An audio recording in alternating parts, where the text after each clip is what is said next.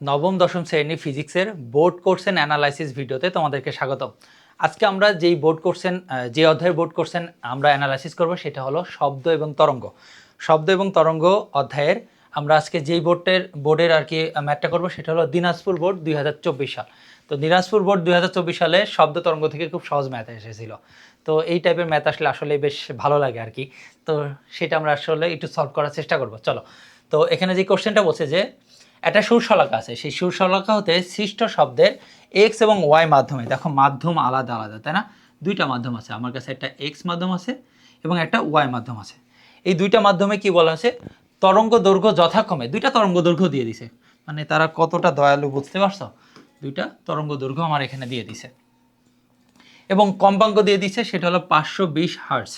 এখন প্রথম যে কোশ্চেনটা হলো যে তরঙ্গের পর্যায়কাল নির্ণয় করো, এবং এটার ঘ নাম্বার কোশ্চেন হলো যে এক্স এবং ওয়াই মাধ্যমটা আসলে কি মাধ্যম সেটা আমাদেরকে ব্যাখ্যা করতে বলেছে, যে এক্সটা একটা তরল মাধ্যম না কঠিন মাধ্যম না বায়বীয় মাধ্যম, এটা আমাদেরকে বের করতে হবে। আলটিমেটলি এক্স আর ওয়াই মাধ্যমে আমাদের বেগ নির্ণয় করতে পারলে অ্যান্সার হয়ে যাবে।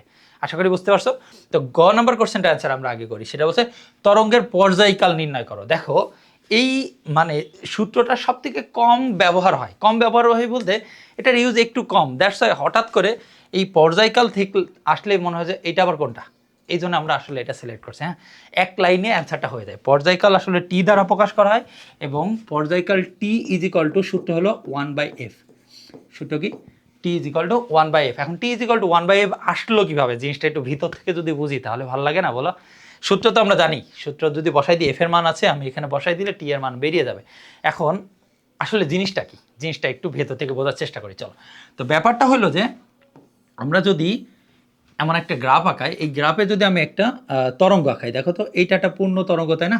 তারপরে এই যে এইভাবে যদি আবার যাওয়া শুরু করে তাহলে এখান থেকে আরও তরঙ্গ তৈরি হবে, তাই না? তো এখান থেকে এই বিন্দু থেকে এই বিন্দু পর্যন্ত একটা পূর্ণ তরঙ্গ, তাই না? এই বিন্দু পর্যন্ত একটা পূর্ণ তরঙ্গ। দেখো তো এখান থেকে যদি এই পর্যন্ত আমি দূরত্ব নির্ণয় করি, সেই দূরত্বটা হবে আসলে ল্যামডা। ল্যামডা দ্বারা কি বোঝাই? তরঙ্গ দৈর্ঘ্য। আবার এই দূরত্বটুকু অতিক্রম করতে যেই সময়টা লাগে সেটাকে বলা হয় পর্যায়কাল। সেটাকে আবার কি বলা হয়? বড় হাতের টি বা পর্যায়কাল। তাহলে পর্যায়কাল কি? পর্যায়কাল হলো একটা পূর্ণ কম্পন তৈরি করতে যে সময় লাগে, একটা পূর্ণ কম্পন তৈরি করতে যে সময় লাগে তাকে বলা হয় পর্যায়কাল। আশা করি বুঝতে পারছো। তাহলে পূর্ণ কম্পন সম্পূর্ণ করতে যে সময় লাগে তাকেই আমরা বলি পর্যায়কাল টি। আর এই পূর্ণ কম্পন যে দূরত্ব অতিক্রম করে তাকে বলি হলো কি বলা হয় এটাকে, তরঙ্গ দৈর্ঘ্য ল্যামডা। ওকে, এখন কথা হলো যে এফটা কি বা ফ্রিকোয়েন্সি বা কম্পাঙ্ক কি, এফ জিনিসটা কি? এফ, আচ্ছা এফ এর একক কি দেখো তো? এফ এর একক হলো হার্টজ। হার্টজও বলা হয়, আবার অনেক সময় বলা হয় পার সেকেন্ড। এফ এর একক কি? হার্টজ অথবা পার সেকেন্ড। আচ্ছা, পার সেকেন্ড বলতে কি বোঝানো হচ্ছে? এফ দ্বারা বোঝানো হয়, ধরো কোন এক জায়গায় রয়েছে এফ, সাপোজ এইটাই, এই যে এফ এর মান কত? F is equal two 520 hertz, বা আমরা এটাকে লিখতে পারি 520 পার সেকেন্ড, এটাও লেখা যেতে পারে, একই কথা। হ্যাঁ, তাহলে এই এফ দ্বারা কি বোঝাচ্ছে আসলে? এফ দ্বারা বোঝাচ্ছে মূলত যে এক সেকেন্ডে 520টা পূর্ণ কম্পন তৈরি করতে পারে। তাহলে আমি যেই শব্দটা ব্যবহার করছি, এই শব্দতে প্রতি সেকেন্ডে কম্পন তৈরি করছে কয়টা? ল্যামডা তৈরি করছে কয়টা? ল্যামডা তৈরি করছে কয়টা? মোট 520টা। বা টি তৈরি করছে কয়টা? 520টা। মানে কি পূর্ণ কম্পন তৈরি করছে কয়টা? 520টা। বুঝতে পারছো? এবার ঐকিক নিয়মে আমি এই সূত্রটা ঐকিক নিয়মে একটু করে দেখাই, দেখো তাহলে 520টা কম্পন তৈরি করতে সময় লাগে কত? 1 সেকেন্ড। 520টা কম্পন তৈরি করতে কত সময় লাগে? 1 সেকেন্ড। আমি লিখতে পারি 520টি পূর্ণ কম্পন তৈরি করতে, পূর্ণ কম্পন তৈরি করতে সময় লাগে কত? 1 সেকেন্ড। এইটাই সূত্র, তাই না? মানে এটাই আমি এই দ্বারা বলতে পারি, এফ দ্বারা বলতে পারি। তাহলে একটি পূর্ণ কম্পন তৈরি করতে কত সময় লাগবে বলো তো? 1/520 না, বলো? 1/520। একটা পূর্ণ কম্পন তৈরি করতে যেই সময়টা লাগে সেইটাই তো পর্যায়কাল, সেইটাই তো টি। তাহলে এইটাকে আমি টি লিখতে পারি না? দেখো তো এইটা তো সেই এফ আমার, আর এটা তো 1 মানে এই 1 সেকেন্ডটা চলে আসছে। তাহলে আমি টি ইজ ইকাল টু কি লিখতে পারি? 1/f।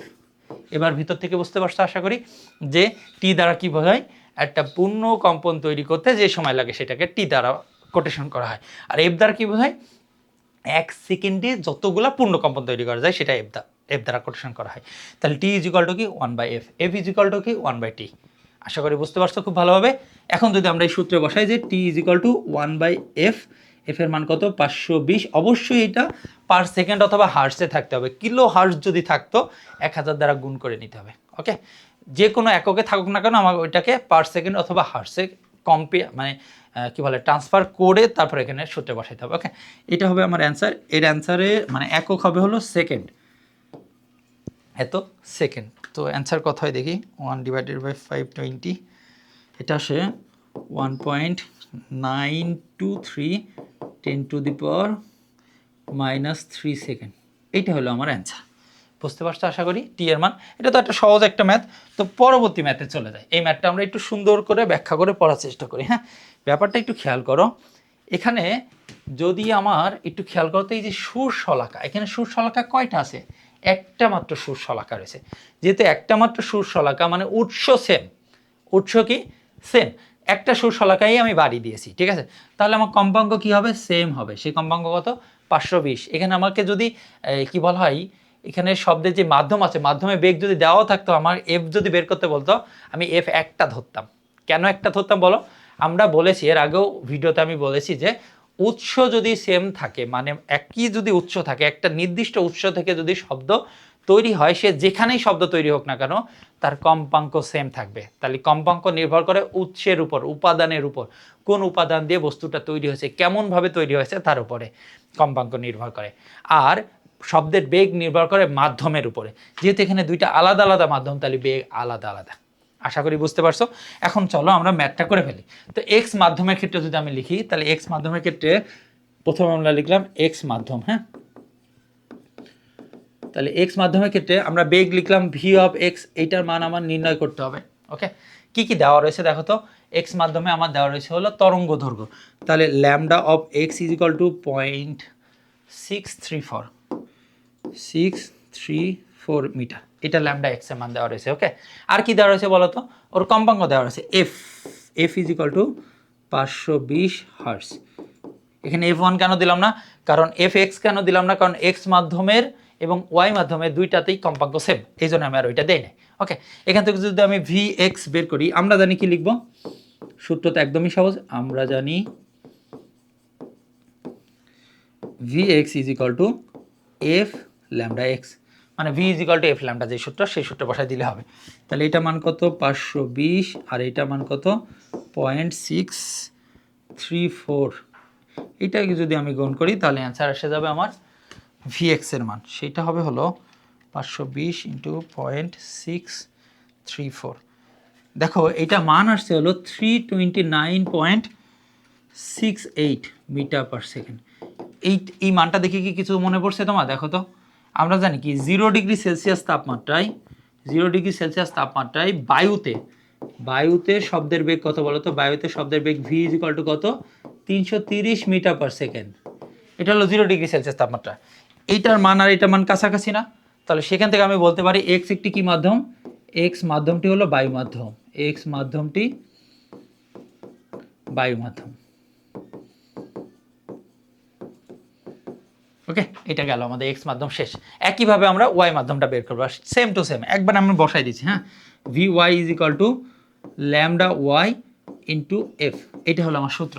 তাহলে এখান থেকে যদি ল্যামডা ভি ওয়াই এর মানটা বের করি, ল্যামডা ওয়াই এর মান কত আছে? 2.871, আর এফ এর মান হলো 520। এখানে যদি আমি বসাই দিই, টোটাল মানটা আসবে হলো 520 ইন্টু 2.871, টোটাল মানটা আসে হলো 1492.92 মিটার পার সেকেন্ড। দেখো তো এইটা দেখে কিছু মনে হয় কিনা? এটা হলো পানি মাধ্যম বা তরল মাধ্যম। দেখো তো তরল মাধ্যম বা পানিতে শব্দের বেগ কত? পানিতে শব্দের বেগ কত? 0°C ক্ষেত্রে পানিতে শব্দের বেগ যেটা হয় সেটা হলো 1450 মিটার পার সেকেন্ড। তো এই মানটা কি ওর কাছাকাছি না? দেখো 1450 আশেপাশে না? সেক্ষেত্রে আমি বলতে পারি ওয়াই মাধ্যমটা কি? ওয়াই মাধ্যমটি হলো তরল মাধ্যম। ওয়াই মাধ্যমটি একটি তরল মাধ্যম, এবং তরল মাধ্যমটা কি? তরল মাধ্যম, যেটাকে আমরা বলতে পারি কি? পানি মাধ্যম, তরল পানি মাধ্যম, এটাকে আমরা বলে দিতে পারি। ওকে, তাহলে এই যে আমরা ভি এর মান দুইটাকে অ্যানালাইসিস করে বলে দিতে পারলাম যে প্রথমটা কি? প্রথমটা হলো বায়ু মাধ্যম এবং দ্বিতীয়টা কি? দ্বিতীয়টা হলো তরল মাধ্যম।